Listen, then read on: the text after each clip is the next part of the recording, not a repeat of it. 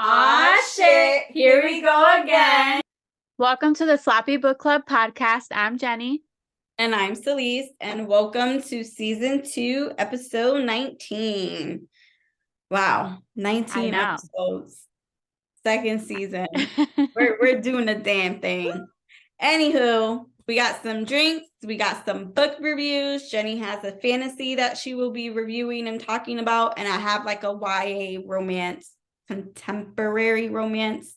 It's in that genre. So that's what we got. So what do you have to drink, Jenny? So I have Monaco cocktail. Okay. And it's a blue crush. Let me read to you what's in this. Okay. So it's made with vodka, gin, rum, tequila, and blue curacao. Yes. That sounds like a lot. It does sound like a lot. So let me try this, baby. It smells really good. I can smell it from here. I feel like that's strong. Ooh. Oh, no? That's actually really good. Good. I don't know how good that is though, because all that fucking liquor that's in it. Yeah. That's powerful juice. Yes. That's that juice that when you drink it and you're sitting for a long time and you finally get up, you go, oh. So you're saying after this episode's done, yeah, I will feel it. Okay. Yeah, definitely. For sure. Please text me or try to if you can see the letters in text. I have another house wine in a can, but this one is a peach flavored one. It says sweet, bright, white peach and refreshing nectarine notes. So, ooh, nectarine notes. It smells like peaches. You love your peach drinks. I do. Okay. It's peachy for sure. Does it taste like a peach ring? No. It's the aftertaste. I don't like that. Like you taste the peach is good, but then when you get this like weird aftertaste that I don't really like. Have you had that brand before? The house wine? Yeah. Is that what you had last time? I butchered the name of it. Oh, that's right. Yes. And then I did their regular rosé last week, and then this one is the peach one. I can't keep track of all of our alcoholic drinks. I know. Some people must be like, they need water. I always have water. I don't. You never do. I always do. I drink gallons. I'm so crazy. That's why I'm slurring words. Can't get names right. Go on tangents. You do that sober. You're not supposed to say that. At least I had an excuse. My bad. Okay. For me. Okay. Anyway, let's get into these reviews. I can go first. You can go first. It really doesn't matter to me. Whatever you want. Mine is a little shorter. Yours, I assume, would be longer. Okay, so I'll go first. Get it over with. No, I'm going to try and keep it short and sweet and not be 40 minutes of just me talking. Okay. All right, so the book that I want to talk about is called Ander Santi Were Here by Jonny Garza. Yeah. Villa? Sounds good. Yeah. Okay, because you know me, names just aren't my thing. Anyway, This is a young adult fiction about a non-binary Latin main character and their love story with an undocumented Mexican boy. So it's only in Ander's point of view. Ander is a Mexican American, non-binary, and a muralist. Okay. Muralist. Yeah. Muralist? Yeah, he makes murals. Okay, yeah, muralist. Yeah, okay. his family owns a restaurant and he's been working at that restaurant for forever, as long as he's been little. The book takes place in San Antonio. So for Ander and his family, especially within the Mexican American community, he's very familiar with like the injustices that non-documented people face, and he's seen it firsthand with some of the workers that work at his family's restaurant. ICE comes and usually do raids at the restaurant because they know usually someone there is undocumented working. So he's seen it firsthand, families being separated, but it's never been someone he's known personally or close to. So he's never experienced that kind of thing. Okay. Now enters Santi, who is an undocumented boy who comes to San Antonio to start working at Ander's family's restaurant. Ander at first doesn't know that he's undocumented. He just knows that there's this, cute boy that's going to be working at their family's restaurant. So he's, they are super excited about it. Let me get his pronouns correct. They're super excited about, Santi joining. And the first time they meet, it's actually funny because Ander, like I said, they create murals all around town, and there's one that's across the street from the restaurant, and he notices that Santi is taking selfies, and he's and Anders like, that's not how you take pictures at the mural. I can't believe he's doing this. I need to teach him how to do that kind of things. And Ander has like very high standards when it comes to their murals and how they're portrayed on social media. Ander did the mural, yes. Okay. Mm-hmm. Or they did that mural, sorry. They did the mural, yeah.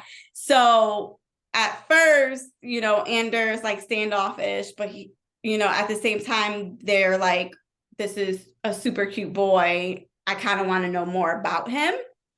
And Ander finds out that Santi is actually going to be a worker. So he's, they're super excited about that person working there. So they develop a really amazing friendship. When they're not working together, they're usually at one of Ander's murals, hanging out. Santi would help them. So they have this really great bond. The only issues that they really face at first is the fact that Ander's mom doesn't necessarily want them together, not because of Ander's sexual orientation or pronouns or how Ander views themselves. It's more of the fact that Ander's mom knows the risk that Santi is in with being undocumented. And she doesn't want Ander to be put in a position where they can get hurt or something can happen to them. So she doesn't right off the bat say, this is my reasoning why I want you to not to be together. It's more like, I don't want you working here anymore. I want you to focus on your studies. You're going to be going off to college soon in Chicago. I don't want you to lose track of that. They love their family very much and respect, their wishes and things like that. But he's also super attracted to Santi and wants to see where this relationship goes. He eventually finds out that Santi is undocumented, which brings on a more like possession almost, just because they don't want anything to happen to Santi. So they're super like protective. And in one case, they're actually out with friends and there's different vendors. And one particular vendor that's there is to help undocumented people and, help in cases that way. And Anders friend kind of out loud says, "Oh, Santi, you should go see them," and puts like a big, target. Rude. Right. So Ander goes off. He's like, how can you do that? You're putting this target on Santi's back. That's something we do in private. You shouldn't just out in the world, you don't know who's listening. So Ander was super upset about that. But Santi was just like, relax, I get it. Not everyone's going to get it. So you see that like protection. Mm-hmm. What was so great about this book was that show of positive representation amongst the family. You don't usually get that right off the bat. It's something that happens within time. But at no point was there anything discussed negatively about their relationship or Ander as a person or anyone really. There was just really positive, great representation. That's so refreshing. And that you almost always see that with like when the author is part of that community, that's when you see that. And I don't know anything about this book, and I don't know if the author is a part of that community, but and I can't say yes or no. I'm not sure. Yeah. Either. So, but you typically see that when the author is part of that community, you see like that positive like outlook when it comes to someone being in the LGBTQ community rather than somebody who's not in the community writing that. Right. And, they're older. They're about 18, 19. Yeah, they're 19 because Ander took a year off. They were supposed to go straight to college, but they decided not to. So, like, they're older. So, like, even Ander's mom and family makes, like, kind of sexual innuendos, which is interesting in that aspect. And that's how you see, like, that positive relationship. Because it's not like, oh, we're not going to talk, like, we accept you, but we're not going to talk about anything. Yeah. No, it was like, we accept you and we're going to make jokes about it. And it's just going to be a cool thing, which is, I like that. Yeah, it was really positive. Obviously staying away, they just didn't do that. But they did, have one, every book has that major, like, oh my God, climax kind of thing. And for them, it was actually while Ander and Santi were at the restaurant, ICE came and Santi almost got taken. So Ander's family had to like rush him out, drive Santi to their house, lock him up, kind of thing in the house. And that was like a big moment. And that's when Ander really was like, what do I do to protect you kind of thing? I don't want to lose you. So that was like a big moment in the book. So he kind of tells Santi, come with me to Chicago when I go. And Santi is like, okay. All right. So like I said, it was really sweet, really cute, great representation. The only critique, and this is just me, I hope no one hates me for this.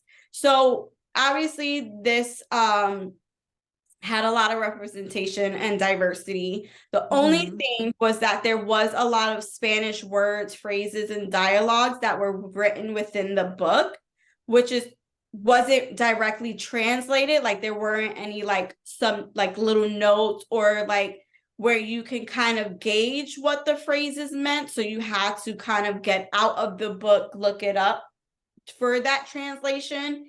And I don't know if y'all know, I am Puerto Rican, but I don't speak Spanish and my Spanish is really, really bad. So it kind of took me out of the book to find those translations. So you lose some of the essence in the story when you do that. So that was my only critique.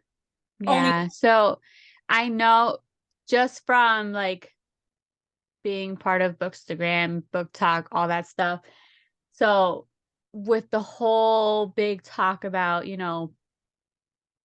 Latinx people being represented correctly in a book and actually being written by a Latinx person, there are a lot of authors out there that I have actually watched videos of them saying, it's like we're writing about our experiences. Right. We shouldn't have to translate what we say. But I understand 100% where you're coming from, because if people want to read the books, they have to get out of that mindset of reading the book to look it up, to do the Google Translate. So I 100% and I'm within the community. Yeah. I'm not like in the community, if you get what I mean. I get it. It's understandable. So it's like, I'm like, and it's disheartening a little bit for me being part of that community and still not understanding what's happening. I'm like, damn, thanks, Mom. Thanks, Dad, I hope your mom and dad aren't listening. I blame them all the time. They know how I feel because they used to use it as a way to communicate to each other and us not understand what they're saying. So maybe it was purposely. Yeah, I will never forget the day my grandmother was trying to talk to me and I'm looking at my mom like, I don't know what she said. Can you translate? And my mom was like, you know what she said, Oh my God. How? No, I don't. You never taught me. There wasn't like you explicitly, speaking Spanish to me. Sorry, I only got Spanish words when I was doing something wrong or you and Daddy were trying to talk to each other. That's hilarious. So I think you should try to learn. It'll come easy to you if you learn. I tried. It's just I don't like how I sound when I speak in Spanish. It's really bad. And then I've tried telling Angel to like talk in Spanish to the boys and he just refuses. He doesn't even like doing it. Mind you, he was immersed in it and he refuses. So. And he's pretty fluent. He's very fluent. Yeah. Yeah. I get it. But yeah. But that was you. I absolutely love the book. So awesome. I hope you guys pick it up. All right, so I have a fantasy. It's actually an epic fantasy, Queen and Conqueror by Isabelle Olmo. And I actually, oh my God. Oh, Celese. Oh no, when you are ready to read an epic fantasy, I'm gonna need you to just pick this one up. Okay. I know it's fucking thick. Yeah, she a hefty one. Yeah, it's like 500 pages, I think. Yeah, it's 500 pages. I need to stop being like, oh my God, 500 pages, because I've read 500 pages books. Like, that's not the problem. Maybe that could be something over the summer. It's just hard to do with 2 children. Yeah. So when they're in summer camp and daycare, maybe I can dedicate a day to something like that. And this is the kind of book that you really got to pay attention to, because it's, when I say epic, it's an epic fantasy. Like, there's a whole detailed ass map. There's a family tree. Oh my God. Here. Yes. That's pretty amazing though. But every time I think of like epic fantasies, I don't know if you've ever seen the TikToks where they're like, what is it when it's like you can't understand what they're saying? Like the one I did? Yeah, basically. Katy Perry's song. Yeah. That's always, and epic fantasies are like top tier for me, and that's always like I have to read the first like 3 chapters multiple times in order to like truly understand what I'm reading. Yes, so that was a debut novel, I believe, and it came out fall of last year of 2022. It was my last book of 2022, and it was my top read of the year. So I think you mentioned that. Yeah, it's such a good book. And the reason I'm talking about it now is because I'm reading book 2 right now. And it is, so far, I'm only on like chapter 28, 29-ish. Oh, only. I love when you say that. Listen, no, because I'm only on chapter 5. No, I'm only on almost chapter 30. Book 2 is bigger than that one, and it's like 60 fucking chapters. It's a fucking big book. It is so fucking good. And that's awesome. I'm just gonna say it right here, right now. It's gonna be my top read of this year. Really? I don't think anything is going to top this book this year. That's awesome. I really don't. I've been struggling with fantasies lately. They just haven't hit how I want them to. Like, I want to be immersed in your world. I want to pick it up. Your characters. I'm telling you. I want to be there. I want to be the character. That's what I love about fantasies. I want to be in your world. I want to be part of your character. Like, I want it all. That's what I want. Please. Is that what I'm going to get? This is what you're going to get. I promise you, if you don't get that from these books, never listen to a recommendation that I'm ever giving you again, because everyone should read this book. There is nothing wrong with this book. Okay. Nothing. Okay. And book 2 is even better, which is insane to say. Mm-hmm. Okay? Okay. And there's a prequel that I cried on. Like, it's so good. I promise you. So should I read the prequel, then first read that one, and then yes. Okay. Yes. Okay. So I remember watching a live before I read this book last year, and she was talking about it, and I just asked the question, would you read the prequel first or this book? People were saying, read the first book, read the prequel. She was like, I feel like you should just read the prequel because it gives you a whole background. 100% correct. It gives you the background of, so like the main character in this one, the prequel is like her grandmother, like her story and her background. Who needed that book I reviewed last week, The Curse of whatever. The one with ghosts and fae and vampires. Yes. I think it needed a prequel because it was trying to give you all that background information into the story and then the current plot. And I feel like you have to be really good at writing. That can't be like your first book doing that. So I feel like if it had a prequel with that story and then book 1 had, I think that would have been better. That makes sense. Yeah. That definitely makes sense. So tell me. This book. So I'm going to keep it spoiler free because I feel like I would do it a disservice if I spoiled anything. Okay. Because it was one of those where when something happened, like I was shocked. I've cried. I've like giggled. I've blushed. Like there's so many good things. And there's romance in this, but it's not spicy or anything. Like you get some detail. That is, huh? It's like implied or it's off the page. Yeah, so you get some detail, but I guess I don't know how to explain that, where it's like spice has nothing to do with it. Like it's just a great fucking story. Okay. Does that make sense? Yes. Okay. For me, it does. Okay, good. Because for me, it does, I guess, in my brain. So it's an adult epic fantasy, and it's told in multiple point of views.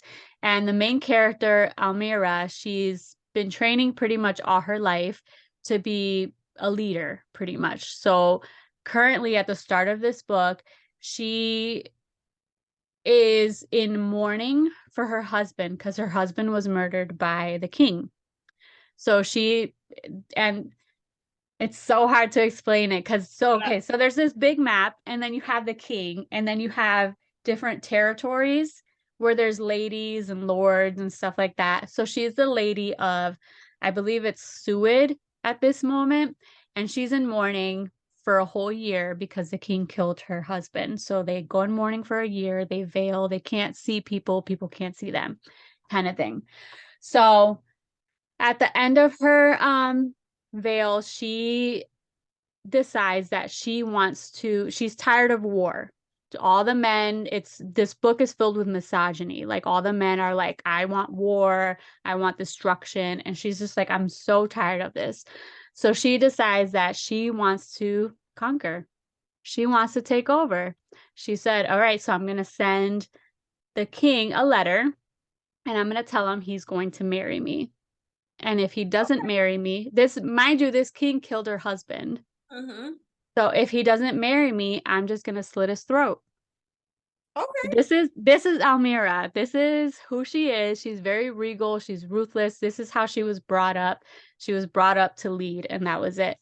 So she ends up sending him this letter. He doesn't respond right away. Yep. So he doesn't respond. So she decides she's just gonna go there to his kingdom. So she has this red guard, and the red guard is, think of oh my God, what are they called? Black Panther, his guard, they're all women. That's the red guard. Cool. Yeah, I love it. They're very vicious. They're ruthless. Like, they are loyal to her to a T. Like, no matter what, even if it's somebody close to her, they're loyal to her only. So she sends a message to the king. She's like, I'm going to marry him. And if he doesn't, then I'm going to slit his throat. So she goes there, and they end up having like these, there's a lot of chapters of them meeting, and he doesn't like her, she doesn't like him, but there's a lot of like tension, good and bad banter. Okay. Tons of tension, but they hate each other for a really long time. Eventually he decides it makes sense for us, huh? Did they know each other prior to him murdering her husband? So they've never met before. They have never met. She knows about him because obviously he's the king, and she knows that he actually killed his brother, who was the king. So they have like this big, like, it's not really a tournament. It's more of like, I don't even know how to explain it, like a game. Like I said, they're very misogynistic. So it's like, oh, rah, rah, like, let's fight to see who. Man, see how big my arms are. Pretty much. So, I mean, there's a whole story behind him killing his brother, but he ends up killing his brother and he becomes the king. So this is what she knows of him. And then now he killed her husband. So that's all she knows of this guy. So there's a whole lot of tension. They hate each other. And more than half of this book, it's her trying to figure out how she can implant herself in his kingdom and kind of take over to try to like fix shit. Like, she just wants peace everywhere. And with every epic fantasy, you know, like, there's politics, and there's people that lie, there's people that cheat. You can't trust anyone. So I don't want to give a lot of this story away. So I'm not going to say more to kind of lead to spoilers. But like I said, you get multiple point of views. You get Alton's point of view, which is the king. So you get his side and how he meets Almira and how he feels and his reasonings behind why he's the way he is. You get Almira's point of view, trying to make peace in this world, but she's stuck with this idiot of a king who murdered her husband. You get Sana, who's the leader of her Red Guard, who is top tier, vicious, ruthless, amazing warrior. So you get everything you want in a fantasy. It checks off every single box. The world building is amazing. You get gore, you get action. The moments that I cried it was literally sobbing. Like, I've had to message the author, like, why would you do this? To put me on a roller coaster.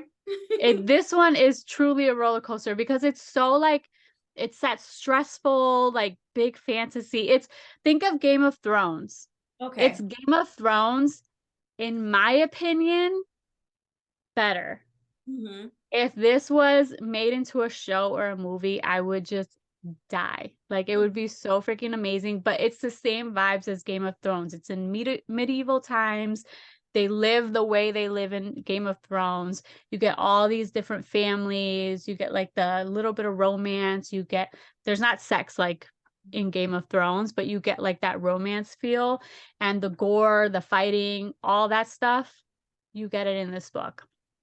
And like I said, the prequel is really, really good. You get the backstory of Almira's family mainly, and then like the different parts of the map and how they kind of come together.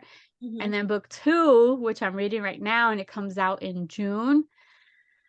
Oh my God. I'm ready to like finish up so that I can go finish reading. It comes out June 9th because it's so fucking good. Like I'm reading it in like 5 chapters at a time because I'm part of like this Discord and we're talking about it. So I'm reading it and then talking about it because I just cannot keep any of this shit to myself. That's so good. So damn good. It is right here. And I promise you it's gonna be my top read of the year. Send it to the text. Oh, I will. I will. So that I have it and I'll just buy it. I'll just buy it, Jenny. I'm telling you, I promise you're gonna love it. But you have to get in that mindset of it being it's an epic fantasy. So there's a lot. Right, so I'm gonna buy it and I'm gonna wait for Eric to start summer school and Eric to be in daycare, and then I can just do it. Because honestly, I have so many sequels I have to finish, or like duologies that I'm like, I read book 1, I'm not finished book 2. Like Legendborn book 2 I haven't read. Oh, you no. When do I have time to read something like that? I know. I've been doing like quick little reads just because it's easier on my brain. I don't have to think as much. And I feel like books like that, you have to take your time to really understand what's going on. Right. So I haven't read book 2 in Legendborn, and I still haven't read The Blood Gift. Like, I have to finish that one. That was part of and the you like that trials. one. I love the Blood Trials, and I want to dedicate time to The Blood Gift. I really do. I feel like it deserves its own attention, and for me not to be reading 2 other books at the same time. Like, I want to be able to really dedicate my time to that. That makes sense. So I think I'm going to have like a sequel week where I read all the sequels or second parts of books, and then I can go on to bigger and better, like bigger things. Not better. I love your ambition where it's like a sequel week. Those 2 books are probably really big. I know Bloodmarked is a pretty decent size. Yeah. But I want to read it so bad, and I see so it. So just stop everything you're reading and just read it. I should. I stopped everything that I'm reading to read Lady of Eaststock, book 2 of this one. So that you have it. Because I typically read like 2 to 3 books at the same time. I'll be lucky if I get 2 books done in a week. And it's usually small ones. Yeah. Like less than 300 pages. If it's less than 300 pages, I got it. I usually read about like maybe 50 to 100 pages a day, kind of. So that's not bad. But it's a lot of stop and go, which drains me. That's the problem. What you have to do is do like a romance and a fantasy in 1 week. I've never done that. Yeah, that's usually what I do. If I'm reading a fantasy like on the Kindle or a physical copy, I'm listening to a romance on audiobook or vice versa. I try not to do fantasy on audiobook because I can't. Not at the same time. No. Oh, I'm like, not a monster. That's ridiculous. No. I'm like, Jenny, how do you do that? No. It's like if I have to do dishes, I'm going to listen to the audio. I got you. And then once I'm done, I'll read a book. It's like audiobooks are just like so hard for me. You have to do simple novellas or romance. That's it. Don't do any type of fantasy. No thriller, no fantasy, no horror, nothing like that. I can't do fantasy on audiobook. It's where you don't have to think as much. Like if it's just like a simple romance, like 2 people falling in love, there's drama, and then they get back together kind of thing. You listen to it. Ever afters, yeah. Got it. Okay, before we say our goodbyes and things, I have a question. Have you started Fourth Wing? No. Okay. No, because I'm reading Lady of Eaststock. Right. If I wasn't reading that, I would have started Fourth Wing. Okay. So I have it. Okay. The book is really pretty. I was like, I bought it too. I was like, I have to have it on my shelf. but I see it so much that I don't even want to read it anymore. Like, I'm all for people liking a book or promoting a book, but Jenny, I kid you not, I counted. I'm sitting, going through Instagram, 12 different Instagrams. I know. I'm like uninterested now. Like, I don't read the reviews. I just see the pictures coming up and it's like book review, or gonna read. And I'm just like, now I don't want to read it. I know. I feel like it's so everywhere. It's overly hyped. And I'm like, what if I don't like it? I'm going to be so disappointed. Maybe I'll just keep it as a really pretty book. But then again, it goes against what I want. I want to be able to have said I read all the books in my house. Yep. If we didn't have other things that we needed to do and our plans for episodes and stuff, I would have read it right away when I started seeing it. But you're right. Now that I have it and I see it all the time, I'm like, I don't want to. Maybe I don't want to. That sucks. And I don't read the reviews because I don't want any I don't bias or any type. But I feel like I know the book and I don't know what the book is. Like, I have no idea what this book is about other than there are dragons in the book. I only know that is it. And isn't it like similar, they said, to like Hunger Games or something? It's like an adult Hunger Games, or am I thinking of another book? I don't know anymore. It's all the same.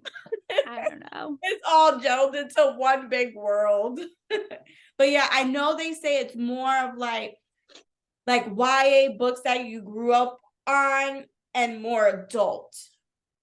So if you like YA fantasies, this is like the adult version, that like if you grew up on YA kind of thing.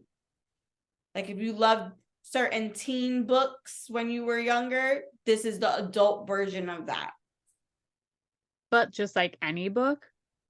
I'm like, wait, that's all I hear. Like whatever book? But if they're generalizing it. No, I think it's similar. I think they say to Hunger Games, but more adult in the romance portion of it.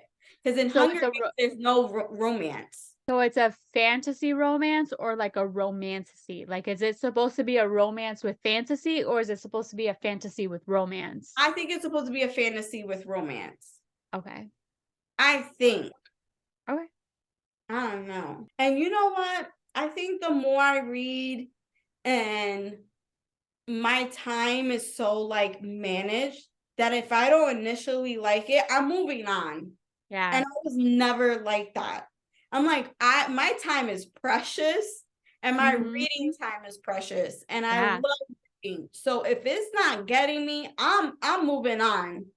I don't got time. That's how it should be. And I was never like that, Jenny. Never. I read all the books I start. And lately I'm like, no. You just have to move on. If you don't like it, it's a waste of your time. It really is. It really is. If you don't accept. If you're not digging it by chapter 3, I'm telling you, just keep pushing. Okay.